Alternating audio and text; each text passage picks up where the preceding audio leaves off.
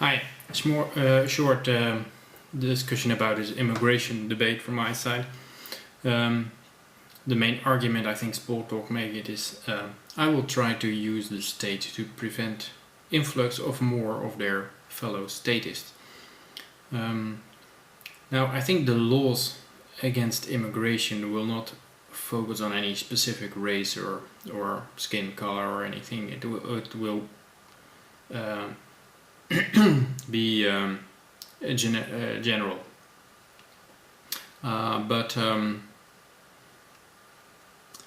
the ones that will make it through this new improved barrier, what will that be for kind of people? And I think the ones that will make it through are the ones that are at ease with statism. So they are comfortable with bribing officials. They have more value in contacts than in merits. And also the state employees that on the margin let them slip through or fail to send them back will feel on average more sympathy towards the persons that came in. So it is very likely that this new filter will let more socialists through. So suppose that someone came through and got to work for the state somewhere, then it is very likely that that he will be overlooked when the sending back occurs. So I think this filter works out very badly for the kind of people you will still get in, because it will not be tight. Even now you have, I think, illegal immigrants working on the fence to stop illegal immigrants. They're being hired. So I think the hard-working entrepreneurial ones will be stopped or even betrayed by the slackers that made it through the system and hate new competition from coming in. So if you also look at history of your Dutch society that preceded what is now known as the Golden Age, it was very liberal. So thinkers like Locke and sought refuge here, and even Galileo could only publish his work in Holland because it was so relatively liberal at the time. And the influx of these thinkers and what were mostly the fringe elements of other societies was very beneficial for Holland and propelled it into this golden age, which of course ended with an empire and with lots of inefficiencies and wars and downfall. And I think the same can be said for immigrants that went to the US. So the United States welfare level went up a lot with these immigrants.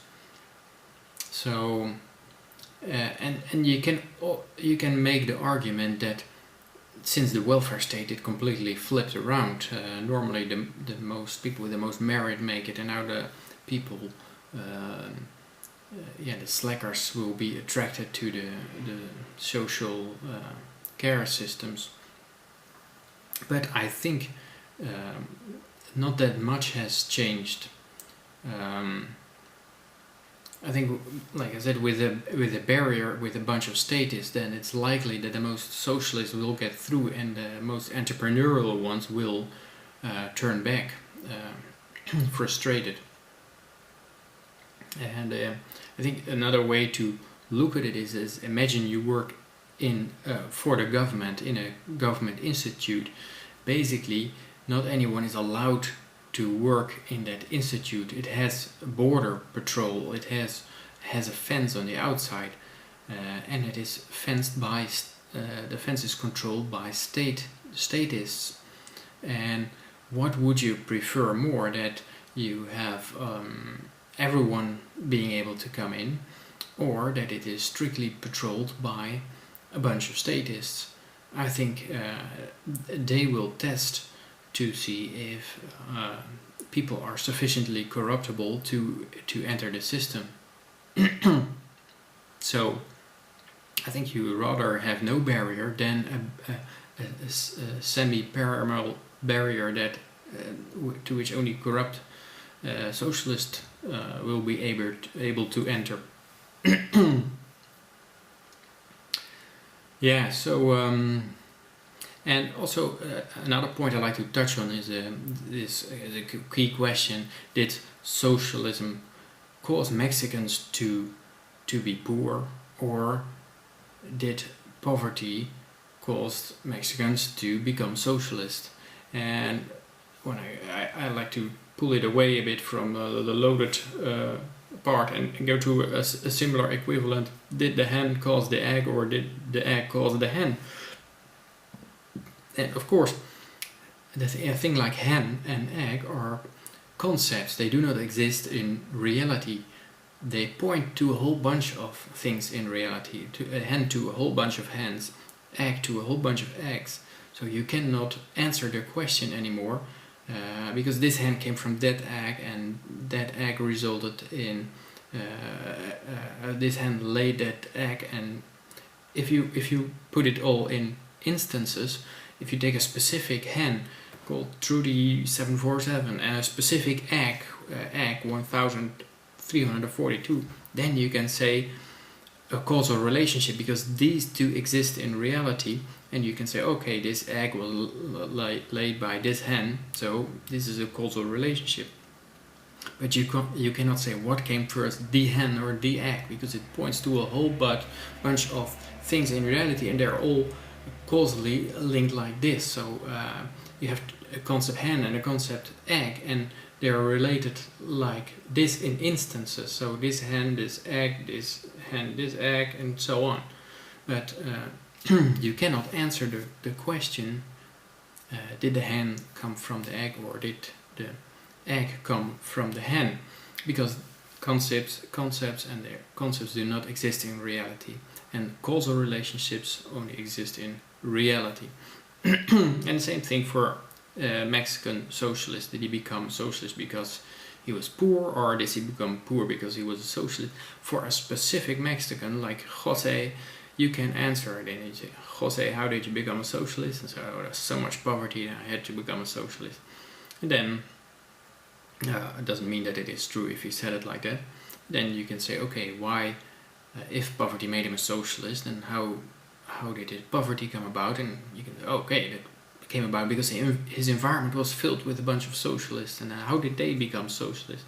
And you go to these specific instances of Mexicans, and then you say, okay, they all became socialists because of poverty as well. And then how did they become poor? Because they were also surrounded by an environment with a lot of socialists. And that's, you go all the way back, but it is this kind of problem. You cannot, you have a concept of a Mexican and a concept of poverty, and it is through instances of specific Mexicans tied together like this. You cannot say what caused this and what caused this.